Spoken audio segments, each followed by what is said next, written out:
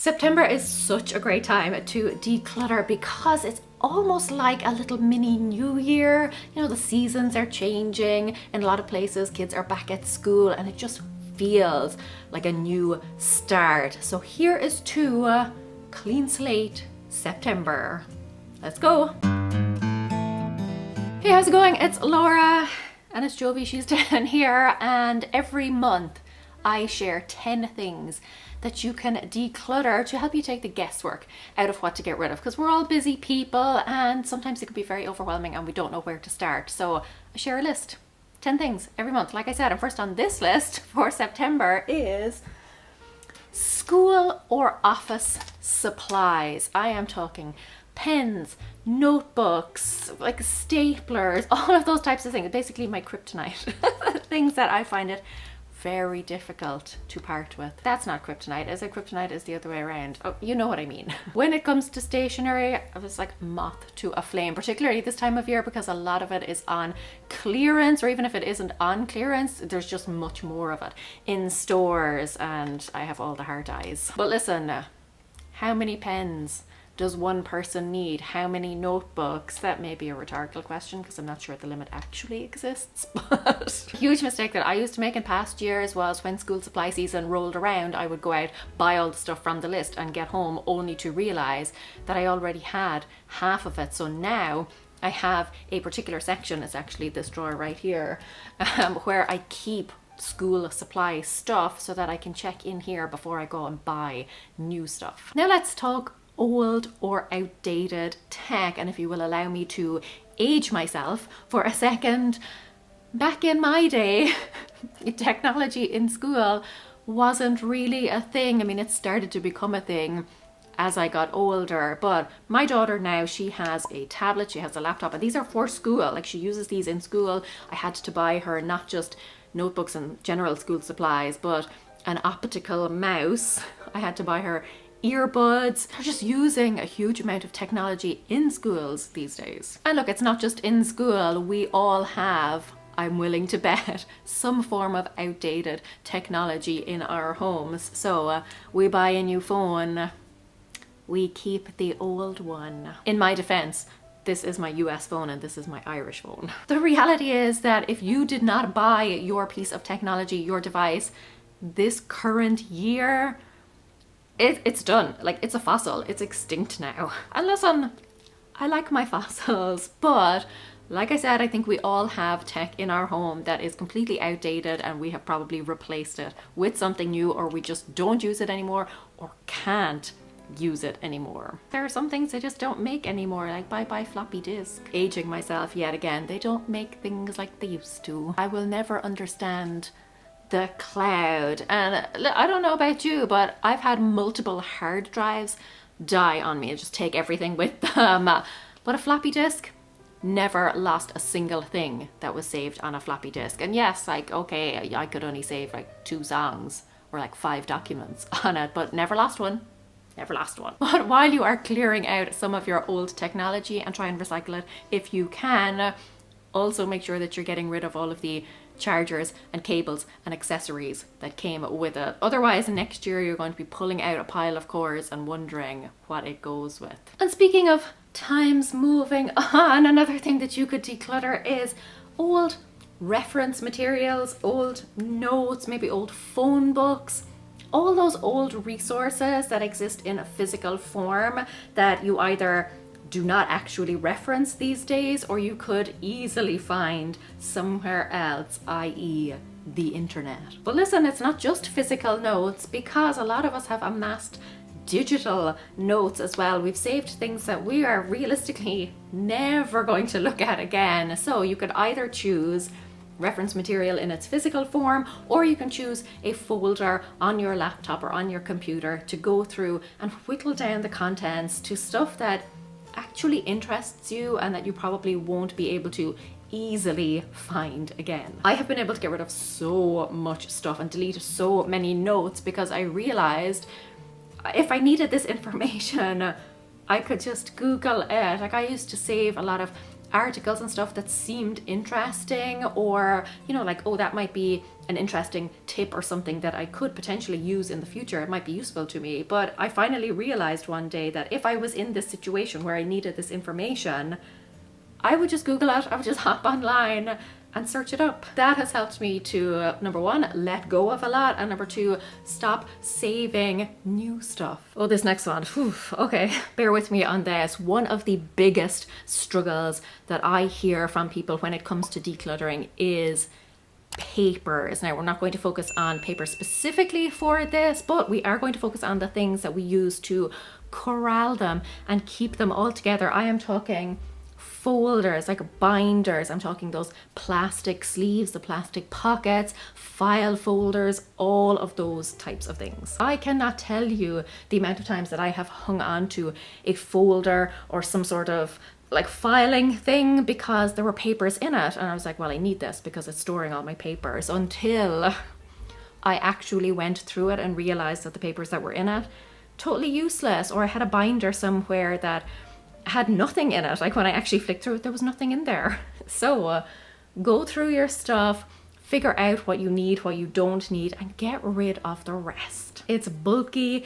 it's taking up space, it is probably encouraging you to store stuff in it that you don't really need. And there is some like charity or nursing home or a local school that would love to have that stuff. So my challenge to you, see if you can empty just one folder, like a file folder, just one binder. See if you can eliminate at least one paper clutter catcher. She's like snoring her head off down here. Oh, to be a pup. Technically, she's not really a pup anymore. She's going to be three soon.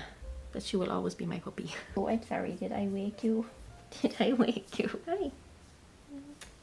Let's go upstairs for this next one. I'll tell you what one of the worst things about back to school season is, and that is colds and flus and sniffles. Schools are germ factories. As soon as the kids go back to school, they get sick and they bring that sickness home, and then everyone is suffering with germs. But this category is slightly different to the others. It is kind of antibacterial or antiviral things. I'm talking tissues, lotions, antibacterial hand things, sprays, gels, all those types of things. And look, we all know that over the past few years, we've probably amassed quite the collection of these things out of necessity. And realistically, we're probably not using nearly as much of it as we used to. So if there's one there that you're no longer using, or that's just not, you know, your favorite scent or your favorite texture or whatever, and you're just not using it, you can let that stuff go. But the reason this category is slightly different is because decluttering is about creating space for yourself, and it's about making sure that the things that you have are things that you need and use and love. So while you're going through this category, make sure not only that you're getting rid of the stuff that you don't need, maybe the stuff that has expired, but also that you have the stuff on hand that you actually need. You know, there's no point in waking up one morning smothered with a cold and realizing then that you don't have nasal sprays and medication and tissues and throat lozenges and all those things. Germs are the gift that keep on giving. Next up is something that we seem to have a lot of in this house, and that is backpacks, or just bags in general. Now, not only would I say to go through your backpacks and your bags and your tote bags and all those types of things, but check the contents as well. I cannot tell you the amount of random stuff that I have found in bags over the years, stuff that I had completely forgot about. Books, shoes, jewelry, snacks. Like, I'd pack up my bag for the day, I'd bring it out and about, I'd come home and then I'd just place it somewhere. I wouldn't empty it out and then forget about it. I might not use that bag again for another month or several months, and then I'd come back to it and there's all sorts in there. In fact, I can feel there's something in this bag. What is it? Why is there a tennis ball? And I don't know. So yeah, clear out the bags that you don't need, that you're not using, and make sure that you're also checking the contents. You might get lucky and find something really interesting in there, like money or something, but probably it's just going to be like a moldy apple, something like that. In my experience, that's usually what it is. Next up is your reusable bottles, your tumblers, all of the drinking vessels that you would reuse or take with you when you're going somewhere. My daughter got this at a theme park recently, and even though it's just cheap plastic, she does not want to get rid of it, and she has filled it with Orbeez. So yeah, we will be apparently hanging on to this for quite a while. Oh, and I just turned it upside down, spilled water out everywhere. Yay. Oh, here's another one, look. All of this reusable junk. Now some of it is obviously good quality stuff that you do actually use, but I'm willing to bet you have a collection of water bottles or junky cups that you just don't need, you're not using, they've seen better days. They can be gone from your home. Banish them from your home for good. And with the ones that you are actually keeping, go ahead and just give them a good wash, a good scrub, because those get filthy. I read an article recently that said that you're supposed to be washing your water bottle at least once a day. I don't know about you, but I am not washing mine at least once a day. Now I've got to clear up this mess. This was definitely more hassle than it was worth. As soon as I can get rid of that, it's out of here. The next category is one of those that takes a bit of a beating, so it's a good idea to go through it on a reasonably regular basis, particularly at the end of a season, and that is either kids or your own shoes, socks, and underwear. Depending on which season you've just come out of, if you're coming out of winter, you may have winter boots and things that are covered in slush and snow and just have seen better days and are not going to make it through another winter. Or if you've just come out of summer, like, well, we haven't come out of summer just yet, but we are coming out of it, then maybe flip-flops and things. A lot of flip-flops and just things in general these days are designed to be disposable, which is very unfortunate. But yeah, sandals and things, how dare you drive by right now, truck? How dare you?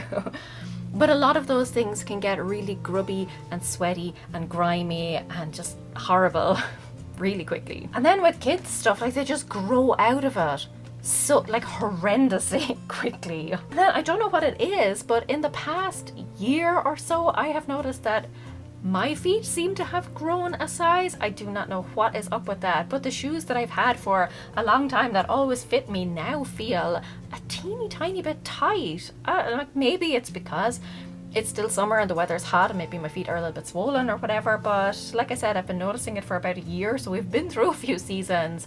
I don't know what's up with that. Oh, it's not just a truck, it's the gardeners. The guys are out cutting the grass. More noise, yay. But yeah, for the things that have seen better days, for the things that aren't going to last another season, for the things that your kids or you have outgrown, go through them, declutter the ones that just are no longer in good condition or that you just don't want to wear, or like the shoes that hurt your feet. Like, why keep them? Life is too short for blisters. And underwear, listen, I know we all have our comfortable pairs and that's totally fine, but if they have gone beyond comfortable and are basically just rags, just recycle them. Now bear with me on this next one, because you may initially be horrified, but trust me, okay, we're all on this journey together. I wouldn't lead you astray. It is photographs of your kids or other family members, or even of yourself. I don't know about you, but when my daughter was younger, I took 11 bajillion photos of her, and that was per day. Okay, there were a lot. And I know from, you know, like following people on Facebook or on social media in general, that other people also take a lot of pictures of their kids, and not just pictures of their kids, but blurry pictures of their kids, or like 5 of basically the same thing. And I'm not judging, because like I said, I've done it. But now is probably the time to go back, and you don't have to go back through all of them, but pick a particular day or a particular event or a particular holiday or something and go through those. Actually, something that I find really convenient on my phone is, you know, that like on this day, or, you know, memories from this particular time in your life, you know, that crop up on your phone. I use that as an opportunity to whittle down my photos. So every day my phone will show me 10 photos from the past. Some of them will be just like random from random dates, and then 1 or 2 of them will be on the same date sometime in the past, and I can quickly flick through those and get rid of them. So I don't necessarily have to spend a huge amount of time at it, but I am still whittling down my photos and my little video clips and things to the ones that I actually want. That means when I'm scrolling through my phone to show other people pictures or to find a particular picture, I don't have to scroll through hundreds, thousands to actually find the stuff I'm looking for. Plus, I no longer have the problem of my phone running out of storage. Oh, that used to happen to me all the time. It was very frustrating. But if you're constantly running out of storage or you can never find a photograph that you want, that's a good indication that it's time to narrow down your collection, and from here on out be a little bit more choosy about the photographs that you take. So every single week on a Sunday I will go back through the photographs and the video clips that I took that week and whittle them down, and then at the end of the month I go back through them yet again, because invariably there will be something that seemed cute or funny or was like a screenshot of important information that I will then be able to get rid of. Okay, I moved out of there to the front of the house to avoid the noise, came here to the back of the house to my room, and now the gardeners have just moved and are now cutting the grass out the back.